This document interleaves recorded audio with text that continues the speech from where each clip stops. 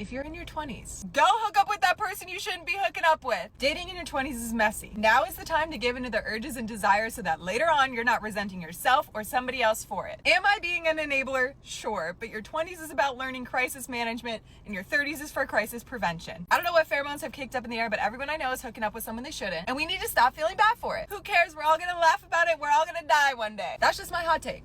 What a stupid bitch! If you're being a slut and your man snatches your phone from your hand and your phone is open, bitch, just say, Siri, lock my phone. Locked. Siri is gonna lock that fucking phone. So save this, okay? If you are being a slut and your man snatches your phone, say, Siri, lock my phone. Siri, lock my phone, and it'll fucking lock. You're welcome. City girls up. Anyways. She's a whore. So I'm a sex worker, and here's a day in my life. I started my day off by talking to you guys on OF, which is always so much fun. Then I had to take a few pictures. Then I took a nap because I was so tired and I had to go to the club tonight. Here you can see me getting ready and on my way to work. Here I'm at work. We got these mirrors for like a Christmas present and they are so cute. I got off work at around 5 a.m. and then I ended the night by watching a Barbie movie.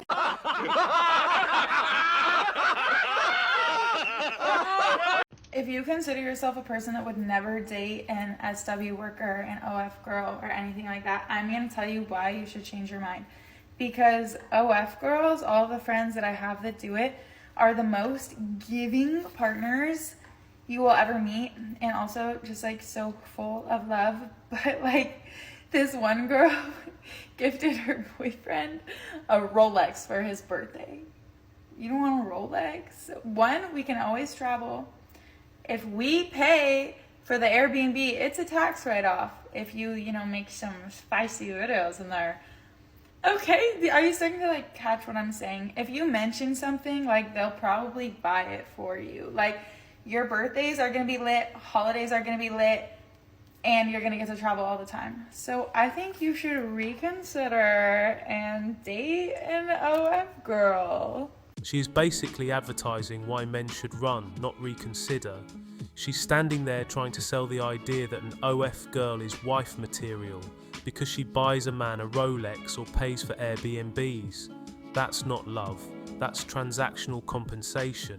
She knows men don't take her seriously, so she leads with gifts, not character. She is proving exactly why men draw the line. When intimacy is monetized, commitment becomes a joke. She's telling men to ignore the fact that thousands of strangers have seen her body, but focus on the presence instead. It's ridiculous. I am not in the business of trying to convert anyone to believe that sex work or adult work is wrong or right, or morally correct, or good for society. I'm not here to have that conversation. But what I will say is that it has taught me a lot of really valuable lessons. Charging for services such as dancing in the spicy club, people paying for my company, my time, my opinions, being able to sexualize and objectify me, it really has like hardwired my brain to now understand that all of the things that you're told are normal or that you do for free in the world under the guise of it being for your own confidence or self-esteem is just utter bullshit. Altering the way that your body naturally exists, whether it's shaving, tanning, like procedures, makeup, doing stuff to your hair, whatever it is, if you are doing that for somebody else as a requirement for them to like you, that is a luxury and that is a request that they should be reimbursing you for. Now, I'm not necessarily meaning paying for your time in the same way that I would get paid for my time at work, but there must be an equal and opposite action that is reimbursing that request. Because I beg of you this summer to not waste any of your time. Don't waste any of your time. You're too good. You are too good. You are too valuable. That is what this work has taught me. None of this stuff should be for free. please do not undersell yourselves. Do not undersell yourselves. It is summer. Get out there and be a goddess, please. And get paid. Whether it's cash, whether it's dinner, whether it's getting picked up, just general princess treatment. If you're putting in effort, get it matched. She is out here proudly claiming that every ounce of effort she puts into looking good should be reimbursed. Makeup, pay her. Hair, pay her. Nails, pay her. As if basic grooming is now a taxable service men owe her money for. But notice how this logic only goes one way. Because if a man said the same thing, if he said, I went to the gym, I bought aftershave, I got a fresh haircut, she should reimburse me for that, the entire internet would call him delusional. This is what happens when woman's entitlement gets repackaged as empowerment.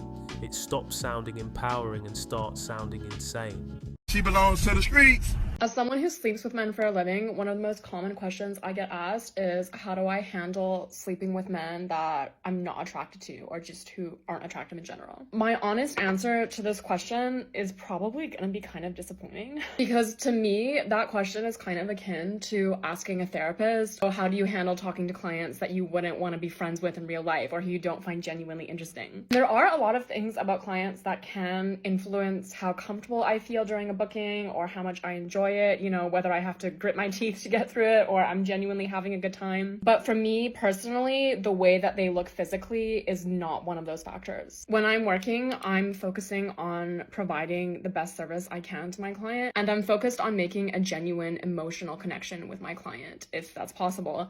And physical attractiveness just doesn't play into those things. I would way rather have a client who is like not conventionally attractive and has an interesting personality and I enjoy spending time with than a client who's like super hot but is boring or annoying or disrespectful. I've definitely had really hot clients before, and to me that kind of just feels like a fun bonus that I get to look at somebody beautiful while I'm working. But you'll never catch me like stressing out about how attractive a client is going to be before I have a booking. There are so many other things to be stressed out before a booking. That one never crosses my mind. If she can turn intimacy into a performance for strangers, imagine what happens when a regular guy starts dating her expecting something genuine.